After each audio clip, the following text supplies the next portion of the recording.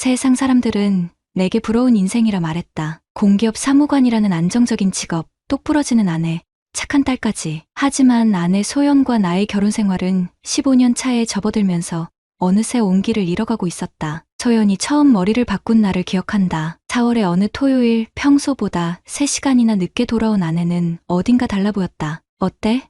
오랜만에 좀 바꿔봤어. 소연의 머리카락은 어깨까지 오는 단발에서 턱선에 맞닿는 보브컷으로 변해 있었다. 솔직히 말하면 나는 그 차이를 즉각 알아채지 못했다. 머리를 자른 것은 알았지만 그게 얼마나 특별한 변화인지는 느끼지 못했다.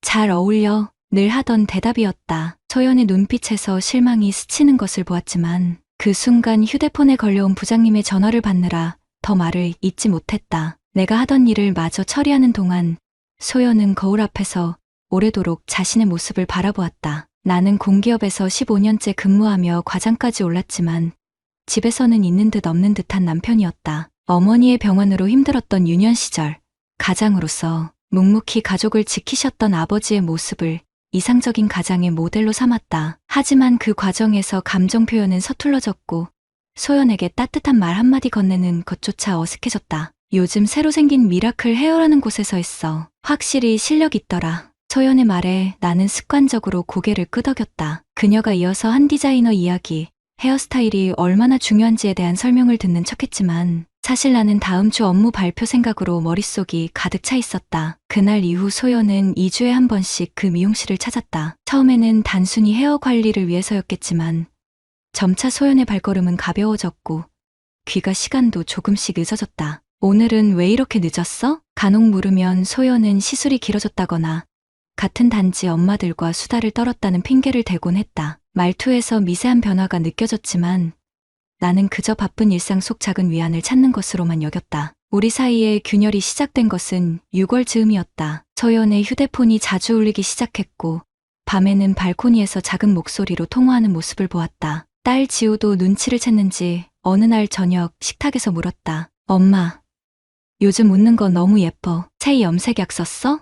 13살 사춘기 딸의 말에 소연의 얼굴이 붉어졌다. 그 순간에도 나는 무심히 밥을 먹었다. 소연이 새로운 옷을 입었든 화장법이 바뀌었든 내게는 그저 변화 정도로만 인식될 뿐이었다. 강 디자이너가 내 얼굴형에 딱 맞는 스타일을 찾아줬거든. 너도 크면 같이 가자. 소연의 목소리에는 설렘이 묻어 있었다. 강 디자이너라는 이름이 처음 등장한 날이었다. 돌이켜보면 그때 내가 조금만 더 관심을 보였다면, 소연이 왜 그토록 미용실에 집착하는지 물어봤다면, 아내의 허전함을 알아챘더라면, 하지만 나는 소연의 변화를 흘려보냈고 그녀는 점점 더 거울 속에서 자신을 찾아가고 있었다. 주말마다 가계부를 확인하는 습관이 있는 나는 미용실 지출이 늘어나는 것을 보며 잠시 눈살을 찌푸렸지만 소연에게 뭐라 말하지는 않았다. 살림은 그녀의 영역이었고 나는 간섭하지 않는 것이 서로를 존중하는 방식이라 생각했다. 그것이 얼마나 큰 오해였는지는 그때 알지 못했다. 7월 초 소연의 휴대폰에서 문자 알림음이 자주 울리기 시작했다. 화면을 흘끗 보니 강 디자이너라는 이름 앞에 별 이모티콘이 붙어 있었다. 아내는 서둘러 휴대폰을 가슴에 품었고 그날 밤 평소보다 오래 자신을 치장했다. 오늘은 동창회가 있어서 좀 늦을 거야. 처음으로 의심이 들었지만 나는 아무 말도 하지 않았다. 가끔 티가 나는 립스틱 자국이나 머리카락에서 나는 낯선 향수 냄새도 그저 지나쳤다. 모든 것이 내 착각일 거라는 15년 동안 함께한 아내에 대한 믿음 때문이었다. 하지만 균열은 이미 시작되었고 소연은 거울 앞에서 점점 더 다른 사람이 되어가고 있었다. 여름이 깊어갈수록 소연의 일상은 더욱 불규칙해졌다. 예전에는 퇴근 후 집에 돌아와 저녁 준비를 하던 아내가 이제는 종종 고객 상담이 길어졌다는 이유로 저녁 식사 시간에 맞춰 귀가하지 않았다. 8월의 어느 저녁, 나와 지우는 배달음식으로 저녁을 때웠다. 아빠, 엄마 요즘 왜 맨날 늦어?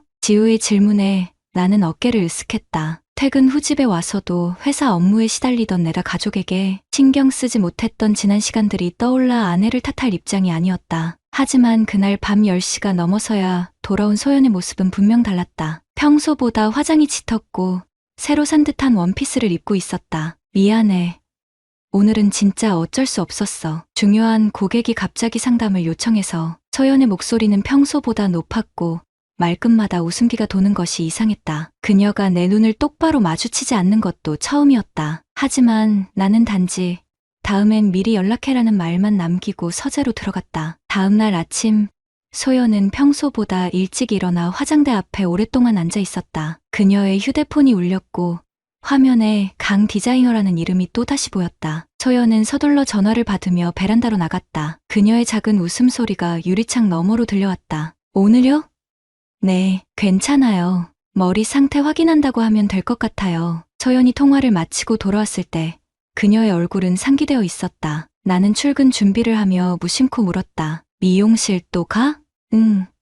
파마 상태를 좀 봐야 한대. 처음 해본 거라 관리가 중요하대. 그녀의 머리는 이미 완벽해 보였지만 나는 더 묻지 않았다. 15년 결혼 생활 동안 소연에게 화장품이나 옷차림에 대해 간섭한 적이 없었다. 하지만 그날 저녁 소연이 돌아오지 않자 처음으로 불안감이 엄습했다. 밤 11시가 넘어서야 그녀는 지친 기색으로 집에 들어왔고 샤워를 하러 곧장 화장실로 향했다. 그날 밤 우연히 소연의 빨래를 넣으려다 세탁통에서 낯선 향수 냄새를 맡았다. 소연이 쓰던 플로럴 향수와는 다른 남성용 향수 냄새였다. 그 순간 가슴이 철렁 내려앉았지만 또다시 내 착각이라고 스스로를 설득했다. 9월이 되자 소연은 제법 자주 여성 모임이나 보험사 워크숍을 핑계로 주말에도 외출했다. 한 번은 그녀의 회사 동료를 우연히 마주쳤을 때 그 동료가 소연의 주말 외출에 대해 전혀 모르는 눈치였다. 의심은 점점 커져갔지만 확인할 용기가 나지 않았다. 만약 내 의심이 사실이라면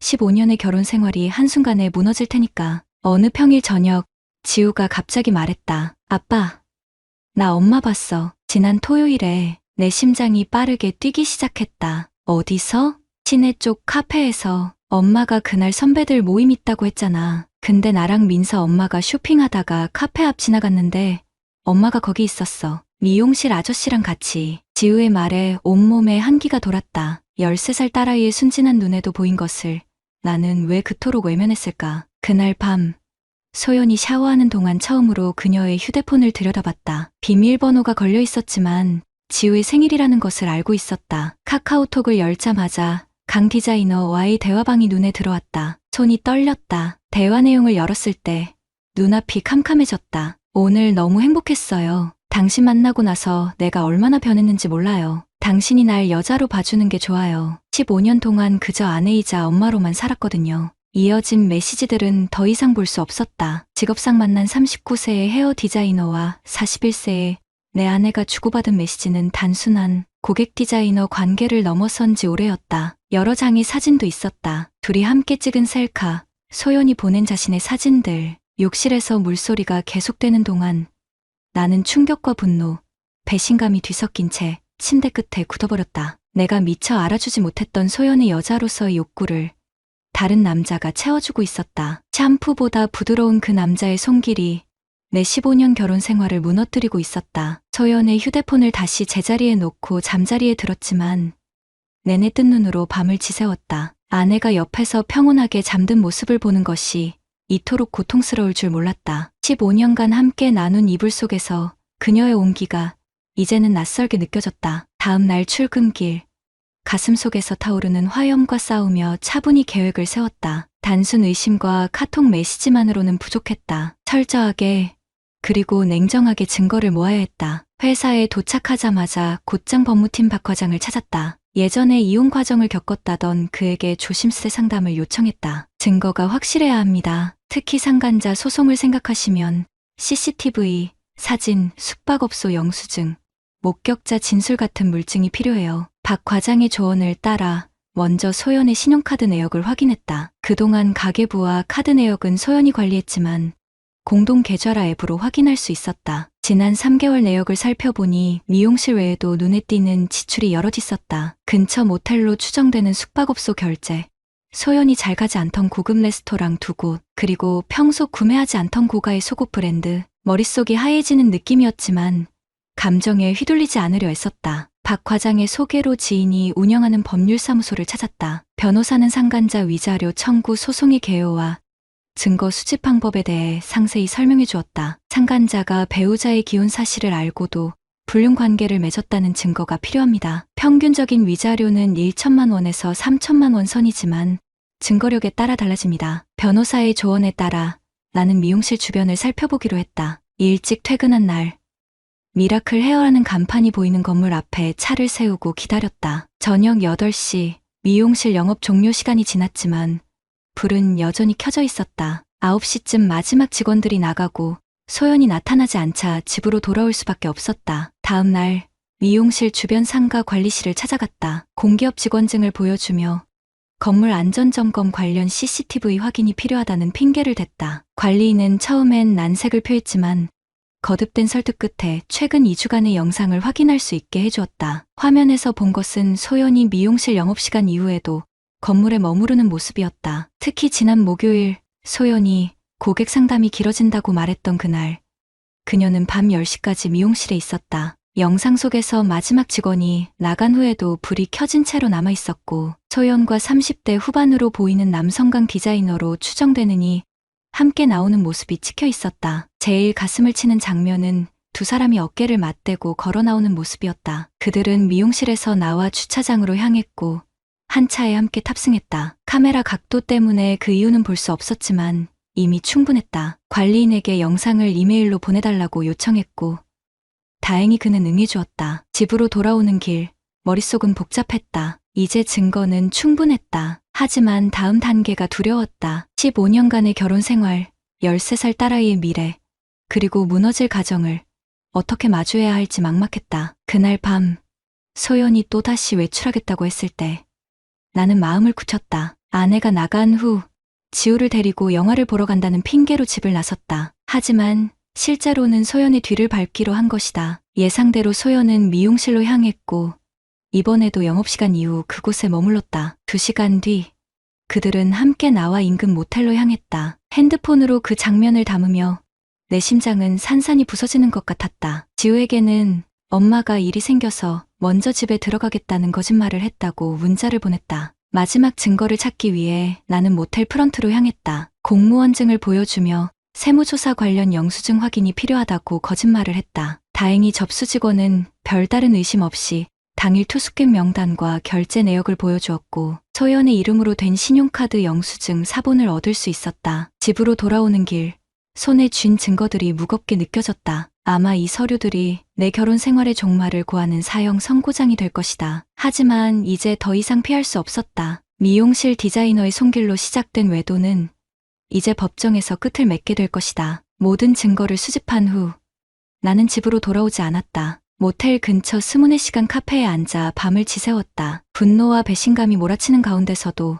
이상하게 차분했다. 감정이 무뎌진 것인지 아니면 너무 큰 충격에 오히려 무감각해진 것인지 알 수 없었다. 새벽녘, 소연에게서 걸려온 전화를 무시했다. 그녀는 연거푸 3번을 더 걸어왔고 마지막엔 어디야?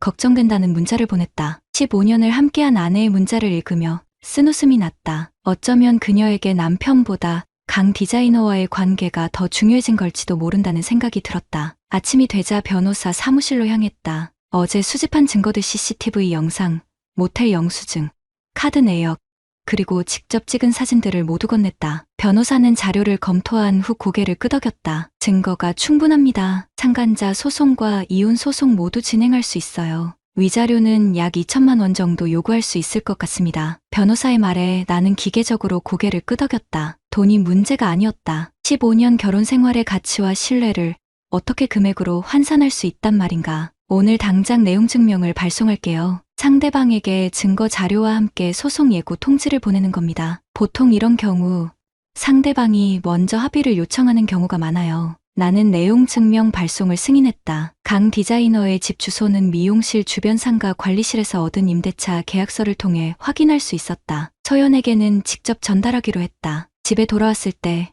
소연은 거실 소파에 앉아 빨갛게 부은 눈으로 나를 맞았다. 지우는 학교에 간 상태였다. 어디 갔었어? 전화도 안 받고 걱정했잖아. 그녀의 목소리는 떨리고 있었다. 나는 서류 가방에서 내용 증명 사본과 증거 자료들을 꺼내 테이블 위에 올려놓았다. 소연의 얼굴이 순식간에 창백해졌다. 이게 뭐야? 소연의 손이 떨렸다. 그녀는 영수증을 보고 CCTV 캡처 화면을 보고 마지막으로 모텔에서 함께 나오는 사진을 보았다. 그녀의 입에서 신음 같은 소리가 새어나왔다. 이건 내가 생각하는 게 아니야. 전형적인 변명이었다. 하지만 이미 모든 것이 명백했다. 증거 앞에서 더 이상 거짓말은 통하지 않았다. 나는 차분하게 마치 회사에서 업무 보고를 하듯 사실만을 말했다. 소장은 이미 준비 중이야. 상간자 소송과 이혼 소송 모두 양육권은 내가 가져갈 생각이야. 이 말에 소연은 흐느끼기 시작했다. 그녀는 무릎을 꿇고 내 손을 붙잡았다. 제발 지우한테만은 이러지 마. 내가 잘못했어. 다시는 안 그럴게. 44년을 살면서 그토록 처절한 울음소리는 처음 들어보았다. 하지만 울음소리마저 이제는 연기처럼 느껴졌다. 그동안 얼마나 많은 거짓말을 얼마나 자연스럽게 했을까. 내 마음은 이미 돌이킬 수 없을 만큼 얼어붙어 있었다. 오후 지우가 학교에서 돌아왔을 때 소연은 여전히 흐느끼고 있었다. 뭔가 이상함을 느꼈는지 지우는 의아한 눈빛으로 우리를 번갈아 바라보았다. 무슨 일 있어? 아이의 맑은 눈을 바라보니 가슴이 찢어지는 것 같았다. 하지만 더 이상 거짓말은 하고 싶지 않았다. 지우야, 엄마와 아빠가 잠시 떨어져 지내기로 했어. 소연이 지우에게 달려가 껴안으며 통곡하기 시작했다. 그녀는 무슨 말인가를 하려 했지만 13살 딸아이는 이미 상황을 눈치챈 듯했다. 엄마가 다른 아저씨랑 만났지? 그치. 지우의 말에 방 안이 얼어붙었다. 지우는 내 눈을 바라보다 곧 고개를 떨궜다. 어린 딸의 눈에서 실망감이 묻어났다. 그 순간 나는 딸아이를 꼭 안아주었다. 말로 표현할 수 없는 슬픔이 파도처럼 밀려왔다. 그날 밤 미용실로 직접 찾아갔다. 영업시간이 마감된 후 강 디자이너는 문을 닫으려던 참이었다. 그는 내가 누군지 모르는 듯했다. 죄송합니다. 영업 끝났습니다. 내가 내용 증명 서류를 건네자 그의 얼굴이 굳어졌다. CCTV 영상과 사진들을 보고 나서야 그는 나를 알아보았다. 소연 씨, 남편. 그의 목소리가 떨렸다. 나는 아무 말 없이 그를 응시했다. 증거들 앞에서 그는 더 이상 부인하지 못했다. 잠시 침묵이 흐른 후 그가 고개를 숙였다. 정말 죄송합니다. 제가 모든 책임을 지겠습니다. 하지만 그의 사과는 내 깨어진 가정을 되돌릴 수 없었다. 나는 서류만 남기고 돌아섰다. 돌아서는 순간 미용실 거울에 비친 내 모습이 너무도 낯설게 느껴졌다. 15년의 결혼 생활이 무너진 남자, 44세의 정윤호는 이제 다시는 예전으로 돌아갈 수 없을 것이다. 상간자 소송이 시작된 지 5개월이 지났다. 법정에서 마주한 강 디자이너는 처음과 달리 초라해 보였다. 디자이너로서의 세련된 외모는 여전했지만 그의 눈에는 불안감이 가득했다. 증거가 명백했기에 그는 처음부터 사실을 인정했고 합의를 원했다. 하지만 나는 끝까지 재판을 진행했다. 피고는 원고에게 위자료 2,500만 원을 지급하라. 판사의 선고가 내려졌을 때 나는 아무런 감정도 느끼지 못했다. 돈이 중요한 게 아니었다. 무너진 가정과 상처받은 딸아이의 마음은 어떤 금액으로도 보상받을 수 없으니까. 소송 과정에서 미용실 미라클 헤어의 소문은 동네에 빠르게 퍼졌다. 상간자 소송이 피고가 된 디자이너의 미용실이라는 정보가 입소문을 타면서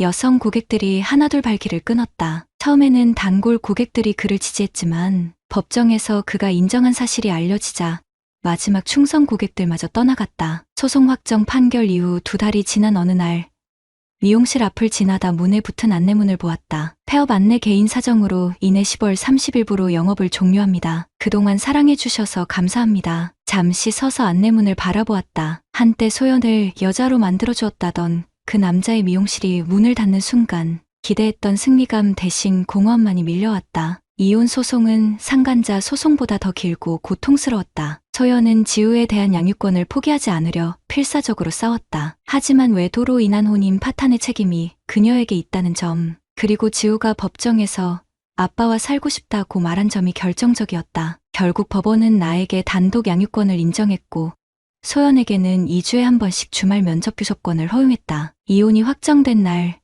소연은 아파트에서 짐을 빼면서 내내 울었다. 15년간 함께 살았던 공간을 떠나는 그녀의 모습이 낯설었다. 한때는 그녀의 눈물에 마음이 흔들렸겠지만 이제는 더 이상 그런 감정이 생기지 않았다. 지우는 처음 몇 달간 힘들어했다. 밤에 몰래 울던 딸아이를 침대에 안아준 날들이 많았다. 13살 소녀에게 부모의 이혼은 너무 큰 상처였다. 학교 상담사의 조언에 따라 지우는 주 1회 심리상담을 받았고 점차 상황을 받아들이는 듯했다. 하지만 엄마와의 만남은 항상 어색했다. 소연이 준비한 선물을 거절하고 대화도 최소한으로 줄이는 모습이 안타까웠다. 아빠, 나 엄마 만나러 안 갈래. 어느 날 지우가 그렇게 말했을 때 나는 딸아이를 설득했다. 아무리 소연이 잘못했더라도 여전히 지우의 엄마였으니까. 하지만 지우의 상처는 깊었다. 엄마가 그 미용실 아저씨랑 있는 거 본 게 작년 여름방학 때부터였어. 지우의 고백에 가슴이 무너졌다. 13살 아이가 얼마나 혼자 괴로워했을지 생각만 해도 아팠다. 그제서야 지우가 왜 그토록 조용해졌는지,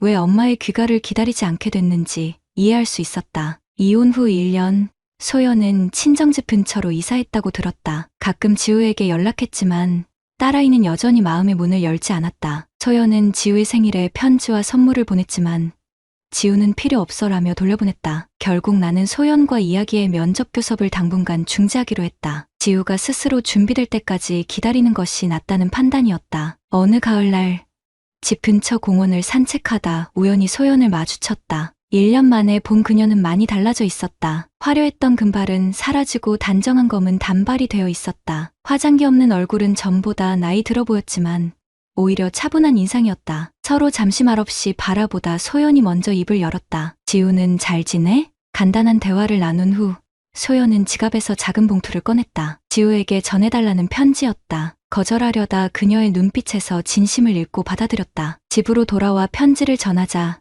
지우는 잠시 망설이다 조용히 방으로 들어갔다. 한참 후 나온 지우의 눈가는 붉어져 있었지만 얼굴엔 미소가 떠올라 있었다. 다음에 엄마 만나러 갈까봐. 딸아이의 작은 변화가 가슴 한편을 따뜻하게 했다. 몇 달 후 소연이 시내의 작은 화장품 가게를 열었다는 소식을 들었다. 그녀는 이제 자신의 삶을 다시 세우고 있었다. 강 디자이너는 도시를 떠나 지방으로 내려갔다고 했다. 한때 소연을 여자로 만들어주었다는 그 남자는 이제 그녀의 삶에서 완전히 사라졌다. 어느 날 저녁 우연히 소연의 가게 앞을 지나게 됐다. 유리창 너머로 그녀가 고객에게 화장품을 설명하는 모습이 보였다. 문득 소연이 고개를 들어 나와 눈이 마주쳤다. 잠시 놀란 듯하다가 조심스레 손을 들어 인사했다. 나도 가볍게 고개를 끄덕이고 지나쳤다. 집으로 돌아오며 생각했다. 우리의 15년 결혼 생활은 끝났지만 지우의 부모라는 사실은 변하지 않는다. 언젠가 소연과 지우 사이에 다시 다리가 놓아질지도 모른다. 그리고 그것이 지우를 위해 더 나은 일이라면